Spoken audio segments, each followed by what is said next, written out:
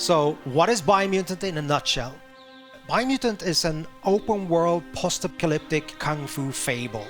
Basically, in terms of structure, it's like Zelda Breath of the Wild, I guess. But the feedback that we've been getting over the years, it's that it's kind of a strange, weird, good mix between Ratchet and Clank, Devil May Cry, Batman Arkham, yeah, and a couple of other influences. So it's truly an open world game, 8x8 kilometers, filled with a lot of weird events and fun things to find. I think the primary thing that we worked a lot with is the control that the player have over the character customization. We have the possibility for the player, to set the attributes, and in Biomutant, that's tightly connected or integrated with the way that the character looks.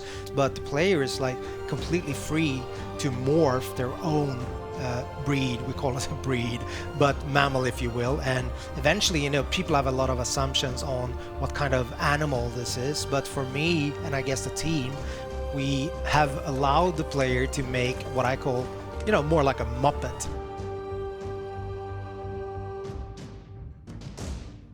And with character customization, it goes all the way down to crafting bits onto your clothes or hats or pants or whatnot.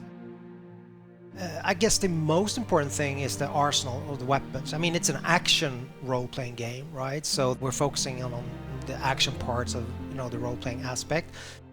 Each part that you can find for weapons and gear also comes with like a material, a quality aspect, so they can be more damaged or of a higher quality material. Just mentioning that you don't have to repair, but you can actually upgrade things that are broken, but they will never diminish in terms of their material qualities, like in Zelda, for example. We don't do that. In the game, you have 6 different tribes, so they're all composed of, a leader, a Sifu, if you will, that have mastered a specific Wang Fu combat style and trained his disciples in that. So these tribes are now in conflict. Basically, there are 3 tribes that have what we call a light aura. So basically a good karma, if you will, if you want to paint it black and white. And there are 3 tribes that have like a dark aura. Eventually, at the start of the game, you will find that you have to choose an ally. So one of these 6 tribes. As you move along or go further into the game, you're free at any time to change your allegiance.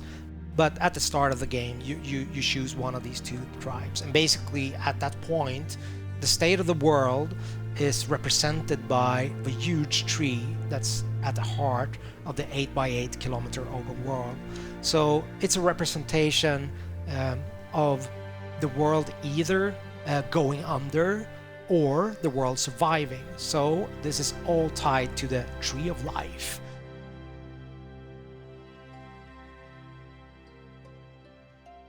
A light or a tribe, they want to save the world, so make sure that the tree survives, and also then uniting the other tribes, whilst allying with dark or a tribe would mean the opposite. They believe that the only way that you can move forward is to make sure there's kind of a cleansing, I guess. So making sure that everything that's bad in the world kind of goes under, so you have a rebirth and start anew, if that makes sense. So you're very free to make this choice, but also bear in mind that that will affect the ending of the game. Obviously, game being called Biomutant has to have some form of mutations slash abilities, right? There's quite a wide range of them. Primarily, we have the biomutations, so those are kind of more physical abilities, if you will. For example, you can spawn a mushroom in front of you. That has multiple uses, if I just use that one as an example, in terms of creative freedom for you as a player.